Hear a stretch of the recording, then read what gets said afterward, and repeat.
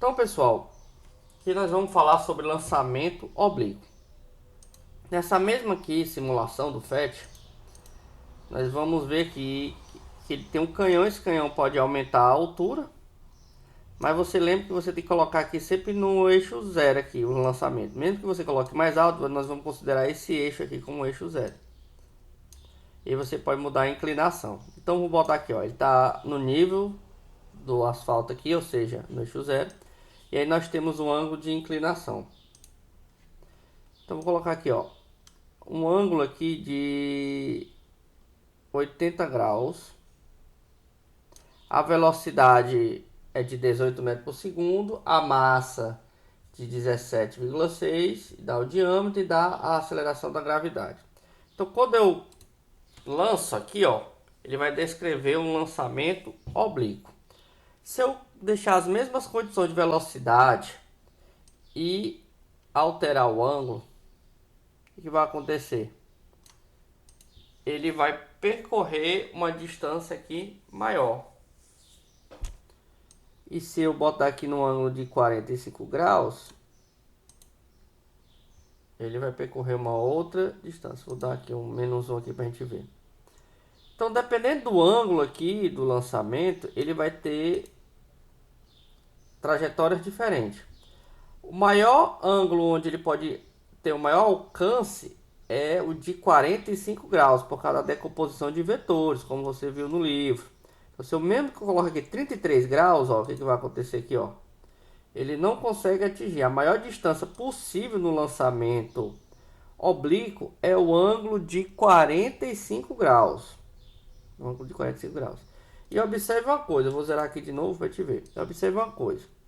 Por mais que eu coloque aqui uma massa, então tem 17.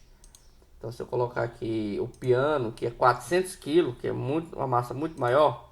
Então nós temos aqui, ó, desprezando a resistência do ar, né? Ele atingiu esse ponto aqui, ó. Vou marcar aqui esse ponto. Então se eu colocar aqui um mano aqui, um lançamento aqui, ó, ele vai descrever sempre a mesma trajetória, desprezando a resistência do ar, porque dependendo do diâmetro, há uma resistência do ar aí. Então aqui ele vai ter uma altura máxima e uma distância máxima percorrida. Agora, se eu aumentar a velocidade, ele vai alterar, porque aí o movimento interfere. Ele não depende da massa, mas depende da velocidade e do ângulo, né? Depende da velocidade e do ângulo. Quanto maior for a velocidade, maior vai ser esse lançamento aqui. Também depende do ângulo. Então, o ângulo que tem o maior alcance, com certeza, é o de 45 graus. Ele vai ter um alcance maior. E se eu alterar a gravidade? Bem, o lançamento oblíquo ele pode ser decomposto no movimento retilíneo uniforme, que é o eixo X, e do uniformemente variado, que é o eixo Y. Se eu alterar a aceleração da gravidade, eu vou estar alterando o movimento retilíneo uniformemente variado, que a aceleração é constante.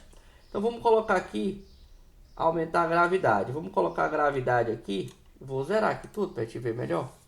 Então vou fazer aqui o lançamento aqui. E agora eu vou alterar a aceleração da gravidade para 15. Aproximadamente 15. E aí eu vou dar um tiro aqui para a gente ver, ó, o que acontece, ó. Por que caiu mais rápido? Por causa da aceleração da gravidade. Quanto maior a aceleração da gravidade, a aceleração da gravidade é para baixo, né? Então quanto maior a aceleração da gravidade, ele vai puxar o objeto para baixo. E do mesmo jeito, se eu diminuir a aceleração da gravidade, olha só, ele vai percorrer uma distância maior. Então é aquele exemplo do homem na Lua. A gravidade da Lua é menor, então ele consegue dar saltos maiores, porque a gravidade é menor. E mesmo você alterando aqui a aceleração da gravidade, o percurso aqui, ó, vai cada vez mais rápido, né? Ó, diminuiu e aqui aumentou, ó, dependendo da aceleração, né? Dá um diminuir aqui o zoom.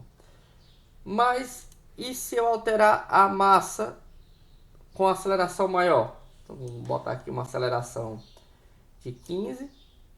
Dá... Tira aqui, ó. Caiu aqui, ó. Vamos deixar nessa de 15 e vou aumentar a massa para 31 quilos. O que vai acontecer? No lançamento oblíquo e no lançamento horizontal, não depende da massa do corpo. Depende do ângulo de inclinação e da velocidade de lançamento. Ele não vai depender da massa do corpo quando você não considera a resistência do ar. Se você considerar a resistência do ar, aí vai depender também do diâmetro. No caso aqui, a bolinha, o diâmetro não interfere a bola de canhão. Mas se você colocar um carro, por exemplo, e aí, dependendo da resistência, né, vai interferir. Então ele coloca aqui o exemplo aqui, questão da altitude, né? Questão da altitude aqui, porque ele vai aumentar ou diminuir a velocidade de arrasto. Eu peço que vocês façam esses testes e vejam isso aí na prática, o que que acontece, né? Então tem uma opção aqui que é só sobre as velocidades de arrasto. Aqui não, ele está dando aqui como é que é esse coeficiente de arrasto. Então, ó, se eu colocar assim, ó, ele é plano aqui, ó. Ó, devido à resistência do ar, ele vai cair menos. Aqui está falando do comportamento do corpo, a questão do atrito com o ar. Então é interessante você estar utilizando a simulação para fazer uns testes, faça umas contas, observe a altura, a gravidade, faça umas contas e verifique. Interessante a simulação para você ver como o funcionamento de uma certa questão, tá bom? Então, revisem a questão dos capítulos do vetores e de lançamento horizontal e oblíquo para vocês fazerem as atividades. Lembre que essas atividades elas estão contando como a nota, não como resposta correta. Então, eu não vejo a diferença do aluno que acertou 3 questões do aluno que acertou 4 ou 5 questões. Porque eu estou verificando é a questão da frequência, da participação das aulas e das atividades, tá bom? Pois um abraço e até mais.